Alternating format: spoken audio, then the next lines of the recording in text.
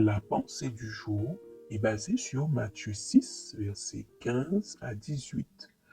Lorsque vous jeûnez, ne prenez pas un air triste comme les hypocrites qui se rendent le visage tout défait pour montrer aux hommes qu'ils jeûnent. Je vous le dis en vérité, ils reçoivent leur récompense. Mais quand tu jeûnes, parfume ta tête et lave ton visage afin de ne pas montrer aux hommes que tu jeûnes, mais à ton Père qui est là dans le lieu secret, et ton Père qui voit dans le lieu secret te le rendra. Pour nous, peuple de Dieu, le fait de jeûner n'est pas une option. Il nous est dit dans le passage lorsque ou quand tu jeûnes. Nous ne jeûnons pas pour nous faire remarquer des hommes. C'est une affaire entre nous et Dieu. Isaïe 58, verset 5 à 7 nous dit: Est-ce là le jeûne auquel je prends plaisir?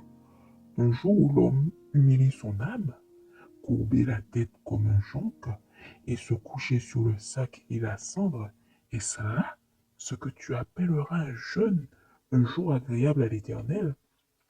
Voici le jeûne auquel je prends plaisir. Détache les chaînes de la méchanceté, dénoue les liens de la servitude, renvoie libre les opprimés et que l'on rompe toute espèce de joug. Partage ton pain avec celui qui a faim et fais entrer dans ta maison les malheureux sans asile. Si tu vois un homme nu, couvre-le et ne te détourne pas de ton semblable. Amen. Le jeûne est synonyme d'amour. C'est le moment de venir en aide à son prochain. Vous est-il déjà arrivé de jeûner pour la cause d'autrui? Le roi David l'a fait, ainsi que la reine Esther.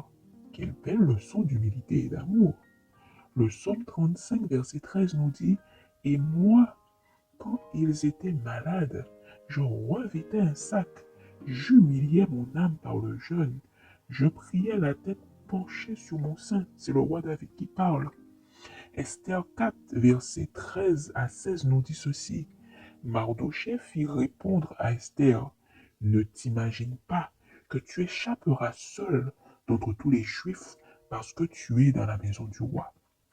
Car si tu te tais maintenant, le secours et la délivrance surgiront d'autre part pour les Juifs, et toi et la maison de ton père, vous périrez.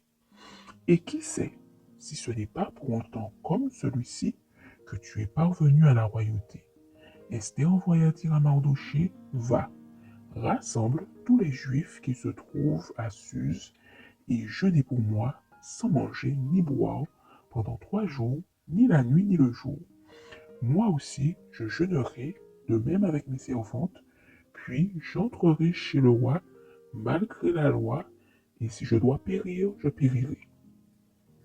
Peut-être que le Saint-Esprit t'invite à jeûner en ce jour, car le jeûne, ce n'est pas seulement le fait de s'abstenir de manger, car dans le monde, beaucoup font des jeûnes dits intermittents ou complets et ne sont pas chrétiens. L'Évangile Plus vous souhaite un agréable moment sous le regard de Dieu.